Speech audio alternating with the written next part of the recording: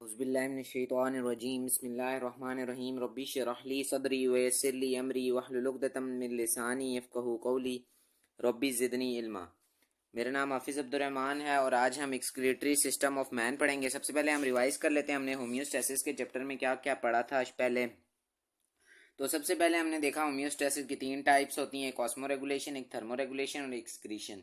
Osmo regulation में हमने osmo regulators पढ़ा जो मेंटेन करते हैं ऑस्मोटिक कंसंट्रेशन डिफरेंट होती है सराउंडिंग मीडियम से। ऑस्मो रेगुलेटर्स होते हैं जिसमें हाइपोटोनिक एनवायरनमेंट को फेस करते हैं, हाइपोटोनिक एनवायरनमेंट को फेस करते हैं, जबकि ऑस्मो कन्फॉर्मर जो होते हैं वो हमारे पास आइसोटोनिक एनवायरनमेंट को फेस करते हैं, वो अपने आप को मेंटेन करते हैं एज अ सराउंडिंग। अब ऑस्मो रेगुलेटर्स को जो होते हैं रेगुलेटर्स, उनको प्रॉब्लम्स क्या क्या होते हैं, किसी को सॉल्ट्स की ज़रूरत होती है, किसी को वाटर की कमी होती है, और टेरेस्ट्रियल। अब इसके अलावा हमने देखा कि जो एक्सक्रीशन होती है, मतलब ये रिमूवल ऑफ नाइट्रोजनस वेस्ट होता है, वो किस किस फॉर्म में होता है और किन किन एनिमल्स के में होता है। कोई अमोनिया एक्वेटिक एनिमल्स में, यूरिया एक्वेटिक और टेरेस्ट्रियल एनिमल्स में, यूरिक एसिड जो है वो हमारे पास टेरेस्ट्रियल एनिमल्स में। इसके साथ साथ हमारे पास कितने ये जो 3 होते हैं टॉक्सिक होते हैं, तो इन्हें नॉन टॉक्सिक बनाने के लिए कितना ml वाटर ज़रूरत होता है। और जो जो हमारे पास एनिमल्स एक्सक्रीट करते हैं नाइट्रोजनस वेस्ट को, उन्हें हम कहते हैं अमोनियोलिटिक। और अमोनिया को करते हैं अगर यूरिया को करें यूरियोटेलिक, अगर यूरिक एसिड को करें तो यूरिकोटैलिक्स। तो अब हम आज का टॉपिक शुरू करते हैं। तो हमारे पास एक्सक्रीटरी सिस्टम जो है ऑफ मैन जो है, अब हमने एक्सक्रीशन का पढ़ा किस किस तरह होती है। अब हम देखते हैं वो कौन सा सिस्टम है जो एक्सक्रीशन कराता है। तो हमारे पास रिमूवल कराता है नाइट्रोजनस वेस्ट को। तो हमारे पास जो एक्सक्रीटरी सिस्टम है, जिसे हम दूसरे लफ्जों में यूरिनरी सिस्टम भी कहते हैं, इसमें कुछ पार्ट्स होते हैं। ये आप देख सकते हैं, ये हमारे पास किडनी है। इसके अलावा हमारे पास ये जो नीचे ट्यूब लाइक स्ट्रक्चर है, ये यूरेटर है। इसके अलावा हमारे पास यूरिनरी ब्लैडर होता है नीचे, जहाँ पे स्टोर होता है हमारे पास यूरिन या जो भी जो। इसके अलावा नीचे हमारे पास यूरिथ्रा, और इससे यहाँ पे स्टोर होता है, यूरिनरी ब्लैडर से होता हुआ यूरिथ्रा में स्टोर होता है। इसके बाद यहाँ से एक्सक्रीट हो जाता है। अब जो किडनी लाइज इंटरवर्टिब्रल कॉलम, हमने देखा वर्टिब्रल कॉलम है हमारी बॉडी के बैक साइड पे, वर्टिब्रल कॉलम है, फ्रंट साइड पे रिब्स हैं। जो वर्टिब्रल कॉलम है ना, इसकी जो थोरेसिक 12th थोरेसिक है ना, हमने देखा कि हमारे पास जो वर्टिब्रल कॉलम है उनसे हमने डिवाइड किया हुआ है पार्ट्स में। एक हमारे पास क्रेनियल पार्ट है, एक थोरेसिक पार्ट है, एक लंबर पार्ट है, एक सैक्रल पार्ट है। तो हमारे पास जो किडनी होती है वो जो 12th थोरेसिक है ना पार्ट, और जो हमारे पास 3rd लंबर वर्टिब्रे है, 12th thoracic vertebrae and 3rd lumbar vertebrae जो है, मतलब एब्डोमिनल रीजन में नीचे करके बॉडी में बैक साइड पे हमारे पास हमारी बैक साइड पे प्रेजेंट है। और ये जो यूरेटर है, अब इसका बताया गया, ये किडनी पहले बताया कहाँ प्रेजेंट है और वो कौन से सिस्टम है जो किस किस चीज़ों पर बुनियाद करता है जिससे हमारे पास एक्सक्रीशन होती है। अब यूरेटर देख लेते हैं। यूरेटर जो होता है, ये अब देख लें ट्यूब लाइक ऑर्गन लग रहा है हमें। अब इसकी जो लेंथ होती है 25 सेंटीमीटर होती है, और ये बिगन होता है रीनल पेल्विस से। हमारे पास जो किडनी का लास्ट पोर्शन है ना, जहाँ से हमारे पास यूरिन आगे ट्रांसफ़र होता है, तो वो हमारे पास रीनल पेल्विस है। यहाँ से हमारे पास यूरेटर का एरिया शुरू हो जाता है। अब ये जो यूरेटर है नीचे की तरफ मूव करता है वर्टिब्रल कॉलम में, और ये यूरिनरी ब्लैडर को देखें आप, ये यूरेटर नीचे जाके यूरिनरी ब्लैडर को ज्वाइन कर रहा है। अब यूरिनरी ब्लैडर क्या चीज़ है? तो यूरिनरी ब्लैडर जो है ये एक हॉलो है, खाली जगह है, और ये हमारे पास मस्कुलर ऑर्गन है। ये जो है हमारे पास पेल्विक कैविटी जो है, हमारे पास पेल्विक रीजन जो है वहाँ पे प्रेजेंट है। इसमें यूरिन जो है वो स्टोर होता है। यूरिथ्रा जो है वो ट्यूब है जो कि हमारे पास यूरिन को यूरिनरी ब्लैडर से लेती हुई आउटसाइड बॉडी के ले जाती है। अब हम आगे किडनी का स्ट्रक्चर भी देखते हैं। हम structure and function of kidney साथ साथ पढ़ेंगे तो हमें अच्छा समझ आएगा। तो हमारे पास सबसे पहले हम देख लेते हैं कि हमारे पास वो साइंस जिसमें स्ट्रक्चर फंक्शन डिजीजेस बताए जाएं किडनी के, उसे हम कहते हैं नेफ्रोलॉजी। अब किडनी क्या चीज़ होती है? किडनी हमने ऊपर पढ़ा था, अब हम इसका इंटरनल स्ट्रक्चर पढ़ेंगे कि दिखती किस तरह है, एक्सटर्नल स्ट्रक्चर भी पढ़ेंगे। किडनी रेडिश ब्राउन होती है, मतलब ब्राउन इसका कलर होता है। एक बीन शेप्ड ऑर्गन है, रेडिश ब्राउन है, बीन शेप्ड ऑर्गन है, उसका स्मॉल सरफेस है, मतलब कि छोटी सी कैविटी है। वो साइंस जो हमारे पास स्ट्रक्चर बताती है या फंक्शन बताए या डिजीजेस बताए किडनी की, उसे हम नेफ्रोलॉजी कहते हैं। किडनी क्या है? रेडिश ब्राउन है, बीन शेप्ड ऑर्गन है, और इसका स्मॉल सरफेस है। और बाद एक फिब्रस कनेक्टिव टिश्यू लेयर है, वो हमारे पास किडनी को सराउंड करती है, जिसे हम फिब्रस कैप्सूल कहते हैं। जो फिब्रस कनेक्टिव टिश्यू लेयर है जो सराउंड करती है किडनी को, उसे हम फिब्रस कैप्सूल कहते हैं। जो हमारे पास बाहर का लेटरल सरफेस है ना किडनी की, वो कन्वेक्स है। बाहर की साइड जो है वो हमारे पास किडनी की वो कन्वेक्स शेप्ड है। और जो हमारे पास अंदर की साइड है वो आप देख सकते हैं, बाहर की साइड आपको कन्वेक्स लग रही है और अंदर की साइड आपको कनकेव लग रही है और डीपली कनकेव है। अब ये जो डिप्रेशन आपको नज़र आ रहा है, ये अंदर की तरफ आप देख सकें तो आपको यहाँ पे एक डिप्रेशन टाइप यहाँ पे नज़र आ रहा है। रीनल आर्टरी रीनल वेन जहाँ एंटर हो रही है ना, वो डिप्रेशन नज़र आ रहा है। अब ये जो डिप्रेशन है ना, ये एक हॉलो चैम्बर बनाता है जिसे हम रीनल साइनसिस कहते हैं। साइनस कहते हैं हम कैविटी को हैं। अब ये जो एंट्रस होती है ना, इसको हम हाइलम कहते हैं। हाइलस, ये देखें आप, ये एंट्री को हाइलम कहा गया है। यहाँ से रीनल आर्टरी और जो नर्व्स होती हैं वो इंटर करती हैं किडनी में, और जो रीनल वेन होती है और जो यूरेटर होता है ना, वो लीव करता है। रीनल आर्टरी और क्या चीज़, नर्व्स इंटर करती हैं किडनी में, रीनल वेन और जो यूरेटर है वो हमारे पर एग्जिट करती है। अब हम देख लेते हैं किडनी को डिवाइड किस तरह किया जाता है। जो किडनी है ना, उसे एक अपर पार्ट हमने देखा रीनल कॉर्टेक्स होता है। ये जो अपर पार्ट है इसे हम रीनल कॉर्टेक्स कहते हैं। इसके अलावा अंदर वाला पार्ट है उसे रीनल मेड्यूला कहते हैं, और that surround the renal sinuses. अब जो रीनल मेड्यूला है उसने सराउंड किया हुआ है, मतलब कि रीनल साइनसिस है उसने उसको कवर फुल किया हुआ है। किसने? रीनल मेड्यूला ने। अब रीनल मेड्यूला के अंदर कौन शेप्ड, या आप देख रहे हैं कौन बने हुए हैं, ये है रीनल पायरामिड्स हैं। और यूरिन जो है वो हमारे पास कलेक्ट होती है रीनल पेल्विस में। हमने कहा था यूरिटर शुरू कहाँ से होता है, यूरिटर रीनल पेल्विस से शुरू होता है, तो यूरिन कलेक्ट होती है रीनल पेल्विस में, उसके बाद किडनी से जाती है थ्रू यूरेटर। यहाँ पे रीनल पेल्विस है, ये देखें आप, ये रीनल पेल्विस में कलेक्ट हुई है, रीनल पेल्विस से फिर यूरेटर से आगे यूरिनरी ब्लैडर, उससे आगे यूरिथ्रा। ये हमारे पास हो गया, हमने किडनी का स्ट्रक्चर पढ़ लिया। अब हम आगे देखते हैं नेफ्रॉन का क्या स्ट्रक्चर है। जैसे कि आपको, हम सबको सारों को पता है, जो नेफ्रॉन होता है ना, वो हमारे पास फंक्शनल यूनिट होता है किडनी का। मतलब कि स्ट्रक्चरल भी होता है और फंक्शनल, दोनों यूनिट होता है। अब जो नेफ्रॉन है ना, इसके पास एक रीनल कॉर्पुस्कल होता है एंड रीनल टिब्यूल। कंसिस्ट करता है नेफ्रॉन इन दो चीज़ों पे कंसिस्ट करता है। एक होता है रीनल कॉर्पुस्कल, एक होता है रीनल टिब्यूल। रीनल जो कॉर्पुस्कल होता है ना, वो नेटवर्क ऑफ कैपिलरीज होती है कॉल्ड ग्लोमेरुलस। रीनल कॉर्पुस्कल, ये आपको नज़र आ रहा हो, तो ये जो नेटवर्क है ना कैपिलरीज का, ये रीनल कॉर्पुस्कल है, और ये जो आगे ट्यूब नुमा स्ट्रक्चर है ये रीनल टिब्यूल है। अब जो रीनल कॉर्पुस्कल है वो हमारे पास, उसके अंदर नेटवर्क होता है कैपिलरीज का, और उन नेटवर्क ऑफ कैपिलरीज को हम ग्लोमेरुलस कहते हैं, जिसके साइड पे सराउंड किया होता है थिन वॉल्ड स्ट्रक्चर ने सराउंड किया होता है। थिन वॉल्ड स्ट्रक्चर होता है जिसके साइड पे आप देख सकते हैं ये वाइट नुमा जो शो हो रहा है, तो इसे हम कहते हैं बॉमन्स कैप्सूल। अब जो बॉमन कैप्सूल जो है ये एक्सपेंशन है at the closed end of renal tubule. मतलब इससे आगे हमारे पास रीनल टिब्यूल शुरू हो जाता है। रीनल टिब्यूल जो है वो हमारे पास बॉमन कैप्सूल से निकलता है। मतलब हमने क्या, ट्यूब नुमा स्ट्रक्चर है रीनल का, मतलब ग्लोमेरुलस है, ग्लोमेरुलस से कैपिलरीज निकलेंगी, तो ये हमारे पास ट्यूब नुमा स्ट्रक्चर होगा, ये हाईली कॉइल्ड हो जाएगा। जो अब ज़्यादा जब कॉइल्ड हो जाए, तो जब ये देखें कॉइल, आपको कॉइल्ड नज़र आ रहा है ना, तो इसे हम क्या कहेंगे, शुरू में जो कॉइल हुआ है तो इसे हम प्रॉक्सिमल कॉन्वोल्यूटेड टिब्यूल कहेंगे। अब ये जो है ना रीनल पेल्विस, हमने कहा था रीनल पेल्विस में डिप होगा। डिप का मतलब है कि उसके अंदर तक जाएगा, इनटू द मेड्यूला।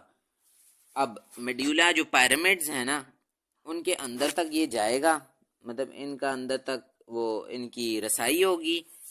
अब जब रीनल पिरामिड्स तक इनकी मेड्यूला तक रसाई होगी, तो ये एक शार्प लूप अंदर की तरफ बनाएगा। किडनी है ना, ये हम देखें तो ये किडनी है, ये बाहर की तरफ होगा तो अंदर की तरफ ये क्लोज लूप बनाएगा। अगर हम किडनी को देखें तो अंदर की तरफ ये जो लूप आपको नजर आ रहे हैं ना, ये देखें, ये लूप बने हुए हैं ना, तो ये हमारे पास अंदर की तरफ लूप बनाएगा जिसे हम लूप ऑफ हेनल कहेंगे। अब लूप ऑफ हेनल जो है ना, उसके अंदर दो हमारे पास आ जाते हैं। एक डिसेंडिंग है जो नीचे की तरफ है, इसके अलावा एक असेंडिंग लिम्ब है जो बाद में ऊपर की तरफ जा रहा है। अब जो असेंडिंग लिम्ब है ना, वो हमारे पास फिर से हाईली कॉइल्ड हो जाएगा। पहले एक दफ़ा शुरू में कॉइल्ड हुआ हाईली कॉइल्ड, तो हमारे पास प्रॉक्सिमल कॉन्वोल्यूटेड ट्यूब्यूल बना। फिर हमारे पास ये डिप हुआ रीनल पेल्विस से मेड्यूला में, उसने शार्प लूप बनाई जिसे हमें लूप ऑफ हेनल कहते हैं। इसकी डिसेंडिंग और असेंडिंग लूप्स हैं। अब असेंडिंग लूप फिर हाईली कॉइल्ड होगी जिसे हम डिस्टल कॉन्वोल्यूटेड ट्यूब्यूल्स कहते हैं, और ये हमारे पास कनेक्ट हो जाएगी किसके साथ? कलेक्टिंग डक्ट के साथ।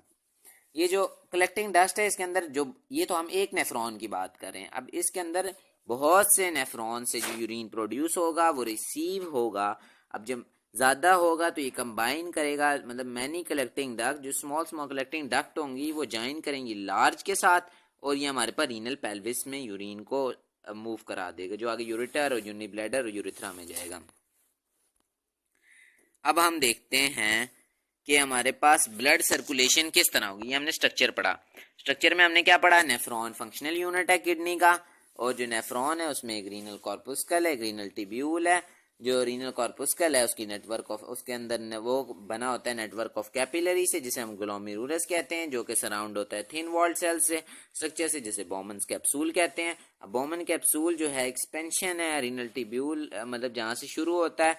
रीनल टिब्यूल जो है जब हाईली कॉइल्ड और शुरू में तो प्रॉक्सिमल कॉन्वोल्यूटेड ट्यूब्यूल, उसके बाद ये डिप होती है रीनल पेल्विस में इनटू द मेड्यूला, एंड ये फॉर्म करती है एक शार्प लूप जिसे लूप ऑफ हेनल कहते हैं। ये डिसेंडिंग और असेंडिंग लूप होती है। असेंडिंग लूप जो होती है अगर वो दोबारा से हाईली कॉइल्ड हो तो वो डिस्टल वो होती है, हो ना, जरूर होती है, डिस्टल कॉन्वोल्यूटेड ट्यूब्यूल है जो कलेक्टिंग डक्ट से होती है। जब आप ये मैनी कलेक्टिंग डक्ट्स जो होती हैं, ज़्यादातर कलेक्टिंग डक्ट्स होती हैं वो डिफरेंट न्यूरॉन से आ रही होती हैं, तो एक सारी जब जॉइन होके एक बड़ी कलेक्टिंग डक्ट में जाती है तो वो हमारे पास एम्प्टी हो जाती है रीनल पेल्विस में। अब ब्लड की सर्कुलेशन किस तरह है नेफ्रॉन में, तो हमारे पास जो रीनल आर्टरी है हम देख लेते हैं। ये जो रीनल आर्टरी, ये जो हमारे पास रीनल आर्टरी है जो कि किडनी में है, ये हमारे पास ब्रांच बनाती है कॉर्टेक्स की तक। ये देखें, ये ब्रांच जा रही है कहाँ तक? रीनल कॉर्टेक्स तक ब्रांचेस जा रही हैं रीनल आर्टरी की। और ये हमारे पास एफेरेंट आर्टरियोल्स होते हैं, मतलब कि आर्टरी है ना उसके बाद आर्टरियोल्स में कन्वर्ट हो जाती है। अब हमने क्या कहा था? कॉर्टेक्स पे क्या प्रेजेंट है? ग्लोमेरुलस और बोमन्स कैप्सूल है। जो एफेरेंट आर्टरियोल्स है ना, ये हमारे पास ब्लड को सप्लाई करते हैं ग्लोम्युलर कैपिलरीज को ऑफ रीनल कैप्सूल। अब हम देखते हैं, यहाँ पे देखते हैं, ये एफेरेंट आर्टरियोल्स आगे, ये हमारे पास ब्लड सप्लाई कर रहे हैं किसको? ये हमारे पास जो है ग्लोम्युलर कैपिलरीज जो हैं रीनल कॉर्पस्कल में कैप्सूल में, उसको कर रहे हैं। अब जब ब्लड जा रहा है तो बाहर भी नहीं कर रहा है, जो कि हमारे पास रीनल टिब्यूल में जा रहा है। तो एफेरेंट आर्टरियोल्स जो हैं, जो एफेरेंट मतलब जो जाने वाले, ईफेरेंट जो वापसी वाले, ये हमारे पास ये भी अराइज होंगी किससे? ग्लोमेरुलाई से।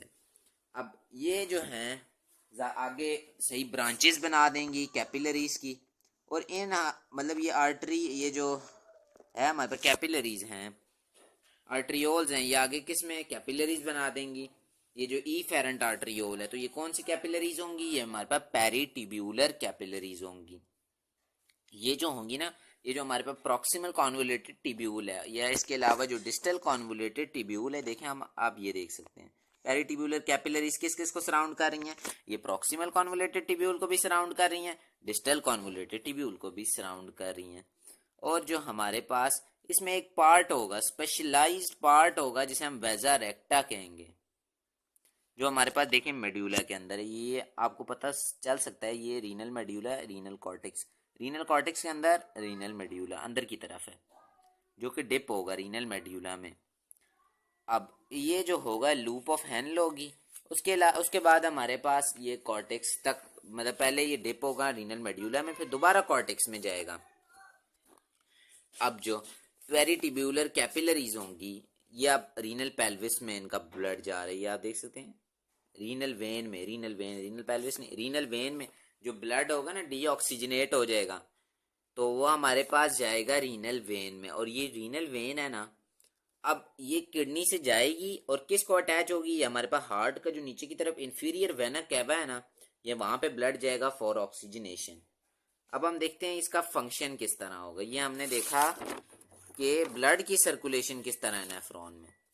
एफेरेंट आर्टरियोल्स, आर्टरीज जो हैं वो हमारे पास कॉर्टेक्स तक जाती हैं। एफेरेंट आर्टरियोल्स जो हैं वो हमारे पास बोमन्स कैप्सूल और ग्लोम्युलर कैपिलरीज में ज्वाइन होते हैं, ब्लड प्रोवाइड करते हैं। एफेरेंट आर्टरियोल्स राइज होती हैं, ये हमारे पास पेरिटिब्यूलर कैपिलरीज बनाती हैं जो सराउंड करती हैं proximal distal convoluted tubule.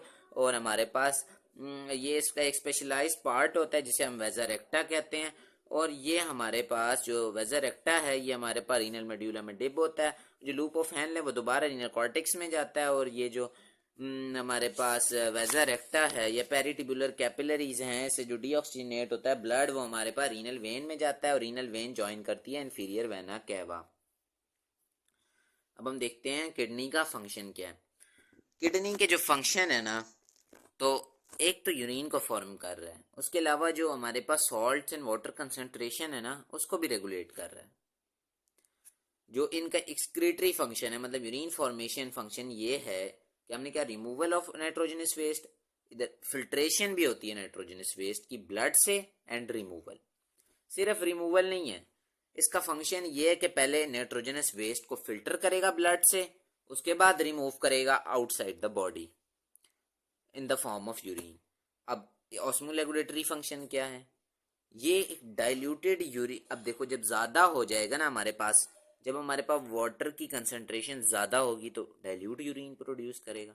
Water की कंसंट्रेशन कम होगी तो हमारे पास कंसंट्रेटेड यूरिन प्रोड्यूस करेगा। तो इसके दो फंक्शन हो गए। एक फंक्शन जो है एक एक्सक्रीटरी फंक्शन है, पहले फिल्टर करेगा नाइट्रोजनस वेस्ट को ब्लड से, फिर रिमूव करेगा आउटसाइड द बॉडी। ऑस्मोरेगुलेटरी फंक्शन ये सबसे डाइल्यूट यूरिन, ज्यादा वाटर होगा बॉडी में डाइल्यूट यूरिन प्रोड्यूस करेगा, कम वाटर होगा ब्लड में कम यूरिन मतलब कंसंट्रेटेड या कम यूरिन प्रोड्यूस करेगा। अब हम देखते हैं यूरिन फॉर्म किस तरह होता है। अभी हम इसका एक्सक्रीटरी फंक्शन पढ़ेंगे। अब तीन हमारे पास प्रोसेस होते हैं हमारे पास यूरिन फॉर्मेशन में। एक होता है ग्लोम्युलर फिल्ट्रेशन, ग्लोम्युलर से फिल्ट्रेशन होती है। उसके बाद ट्यूब्यूलर रीअब्जॉर्प्शन या सिलेक्टिव रीअब्जॉर्प्शन। जब ट्यूब्यूल होता है ना, जो हमारे पास proximal convoluted tubule, loop of हैंल या डिस्टल कॉन्वोल्यूटेड ट्यूब्यूल, यहाँ से रीअब्जॉर्प्शन होती है चीजों की। और तीसरा हमारे पास है ट्यूब्यूलर सिक्रीशन। अब ये जो है ना हमारे पास, यहाँ पे भी हमारे पास सिक्रीट होती है, जो सॉल्ट्स होते हैं वो सिक्रीट होते हैं पीएच को मेंटेन करने के लिए। अब हम देखते हैं एक एक करके। ग्लोम्युलर फिल्ट्रेशन में क्या चीज होगी, हम ये डायग्राम से मैं आपको समझाऊंगा, आप डायग्राम को गौर से देखें, बुक को देखें तो आपको इंशाल्लाह जल्दी समझ आ जाएगा। अब ग्लोम्युलर फिल्ट्रेशन में ये होगा, ये रीनल कैप्सूल जो है ये शुरू का जो हिस्सा है हमारे पास रीनल का, जिसमें हमारे पास बोमन्स कैप्सूल और ग्लोम्युलस आ जाएगा, ये इसमें होगा ग्लोम्युलर फिल्ट्रेशन। ग्लोम्युलर फिल्ट्रेशन से समझ ये आ रही है कि ये हमारे पास ग्लोम्युलस में होगा। अब ये जो है इसे हम प्रेशर फिल्ट्रेशन भी कहते हैं। तो हमारे पास ये प्रेशर जब होगा, हाई प्रेशर होगा, तब हमारे पास होगा प्रोसेस। ये प्रेशर कहाँ से आएगा, ये हमारे पास ब्लड से आएगा प्रेशर। और इस प्रेशर को हम क्या कहेंगे, इस प्रेशर को हम हाइड्रोस्टैटिक प्रेशर कहेंगे। रीनल कैप्सूल में होगा, प्रेशर होगा तब होगा। ये प्रेशर कहाँ से आएगा, ब्लड से आएगा, और इसे हम हाइड्रोस्टैटिक प्रेशर कहेंगे। जो हमारे पास ग्लोम्युलर कैपिलरीज है ना, मतलब कि जो एफेरेंट आर्टरियोल्स से जो ब्लड आ रहा है, तो हमारे पास जब ग्लोम्युलर कैपिलरीज में जा रहा है तो इनका फ्लो तेज हो रहा है, हाई प्रेशर हो गया। अब जब इनका बाकी जो कैपिलरी बेड है हमारी पूरी बॉडी में जितनी कैपिलरीज हैं उनसे तो ज्यादा हो जाएगा ना, क्योंकि ये हमारे पास कंजेस्टेड फॉर्म में ऊपर से पीछे आर्टरी से डायरेक्ट प्रेशर में ब्लड आ रहा है। तो आगे जब ये स्मॉल कैपिलरीज में होगा तो ये प्रेशर ज्यादा हो जाएगा।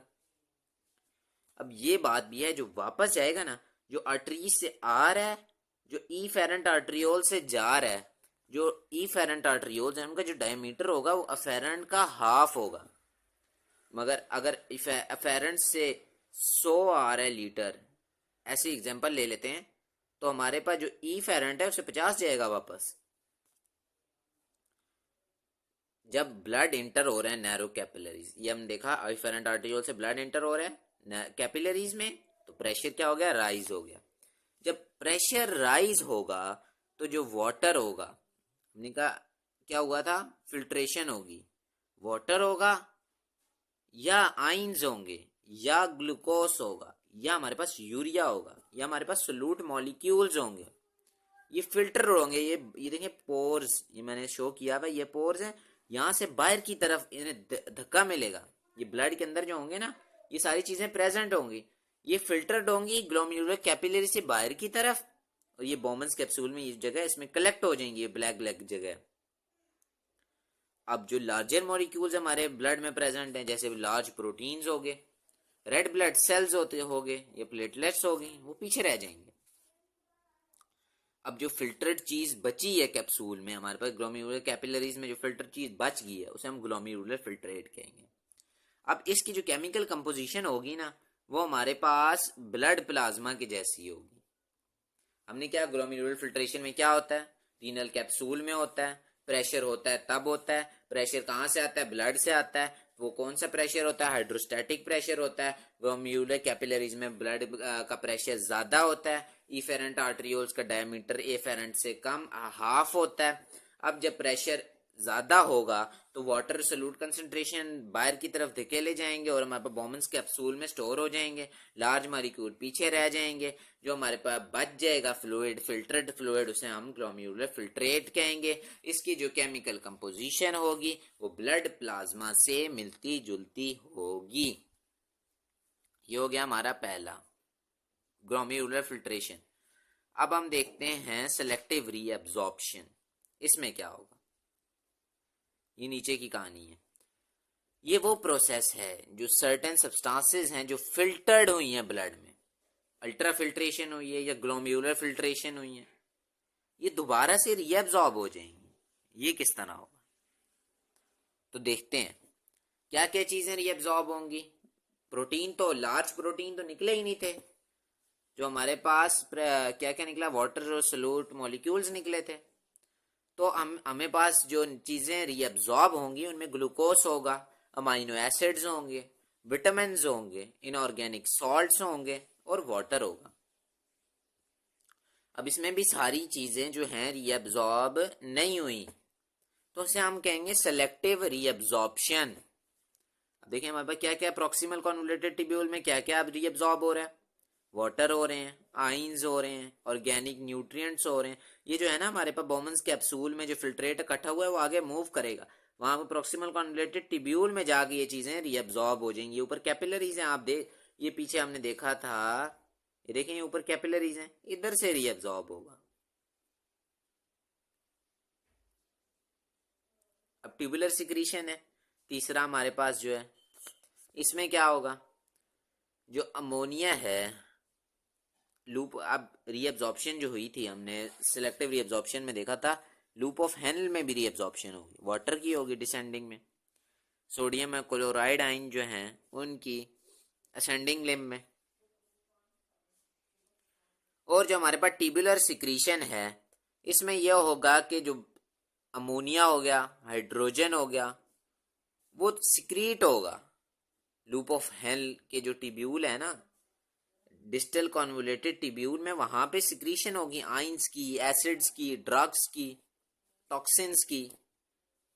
ये हमारे पास कॉन्वोल्यूटेड ट्यूब्यूल में ज्यादा जो प्रोसेस होगा, लूप ऑफ हेनल में भी होगा, जबकि ज्यादा जो प्रोसेस होगा वो हमारे पास कॉन्वोल्यूटेड ट्यूब्यूल में होगा। इसका पर्पस क्या होगा कि पीएच को मेंटेन किया जाए यूरिन। अब इंपॉर्टेंट एमसीक्यू बन सकता है, ये आप देख सकते हैं, जो नॉर्मल यूरिन का पीएच है वो 4.8 से 7.5 है। ये तो कोई इतना मुश्किल नहीं था, ये तो आप लोगों को समझ आ गई है।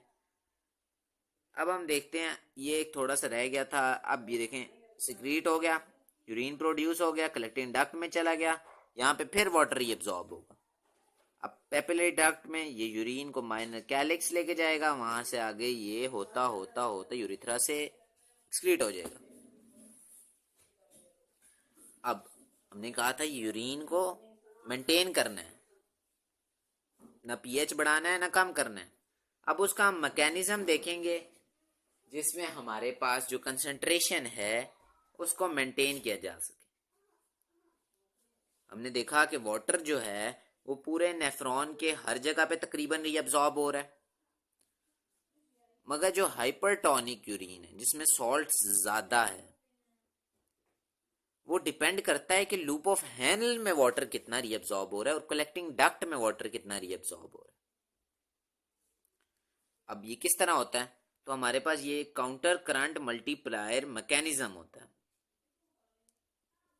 सबसे पहले हाइपरटोनिक यूरिन का मतलब है कंसंट्रेटेड यूरिन, और हाइपोटोनिक यूरिन डाइल्यूट यूरिन, मतलब कि थोड़ा यूरिन जो होता है वो डिपेंड करता है कि रीअब्सॉर्प्शन वाटर की लूप ऑफ हैनल से ज्यादा हुई है तभी तो कंसंट्रेटेड यूरिन प्रोड्यूस हुआ है, या कलेक्टिंग डक्ट से ज्यादा हुई है। इसके लिए हम देखते हैं एक मैकेनिज्म है जिसे हम काउंटर करंट मल्टीप्लायर मैकेनिज्म कहते हैं।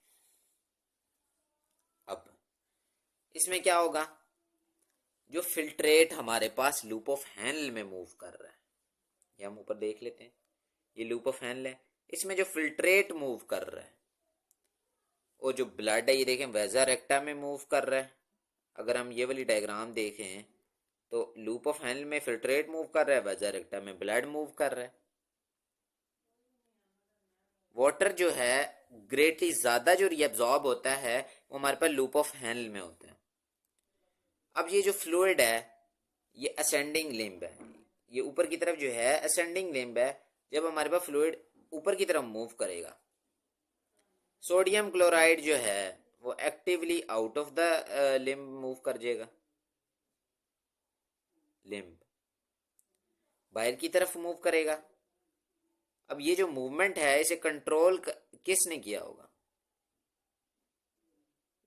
इसे एल्डोस्टेरोन जो है एक हार्मोन है वो इसे कंट्रोल करेगा out of the limb move कराने में। सोडियम क्लोराइड को आउट ऑफ द लिम्ब कहाँ मूव कराएगा, ये हमारे पास कैपिलरीज में मूव कराएगा। अब ये सोडियम बाहर की तरफ मूव कर दिए तो अंदर तो वाटर रह गया सारा, तो वाटर की कंसेंट्रेशन फिल्ट्रेट में बढ़ जाएगी, जबकि किडनी का जो इंटरस्टिशियम है स्पेस है वहां पे ज्यादा होगी। ये मैंने थोड़ा गलत बताया, ये जो बाहर की तरफ सोडियम मूव करेगा वो इंटरस्टिशियम में मूव करेगा किडनी के, जो स्पेस होगी किडनी में अब अंदर बढ़ जाएगी बाहर कम हो जाएगी, तो वाटर जो है बाहर की तरफ मूव करेगा। कहां से मूव करेगा, वाटर जो है डिसेंडिंग लिम्ब है ना, पहले वहां से आ रहा है ना, तो वाटर वहां से बाहर की तरफ मूव करेगा ऑस्मोसिस के जरिए से। वो किस तरह होगा, ये इनके अंदर हार्मोन इस्तेमाल होते हैं जो इनकी मदद करते हैं मूवमेंट में या एक्सट्रैक्शन का। जैसे सोडियम को एक्सट्रैक्ट किया था उसमें एल्डोस्टेरोन एक हार्मोन था, उसने इसको मदद की थी। इसके अलावा जो मूवमेंट ऑफ वाटर है उसे मतलब ज़्यादा किया जाता है, प्रोमोट किया जाता है एंटी ड्यूरेटिक हार्मोन के ज़रिए से। अब ये जो एंटी ड्यूरेटिक हार्मोन जो है ये पोस्टीरियर लोब जो है पिट्यूटरी ग्लैंड के हाइपोथैलेमस से नीचे जो पिट्यूटरी ग्लैंड है, पिट्यूटरी ग्लैंड, अब वो जो है जब सिक्रीट होगा तब हमारे पास ये मूवमेंट होगी। आज के लिए इतना ही, फिर थोड़ी देर बाद में पढ़ते हैं। जज़ाकल्लाह खैर, अल्लाह हाफिज़।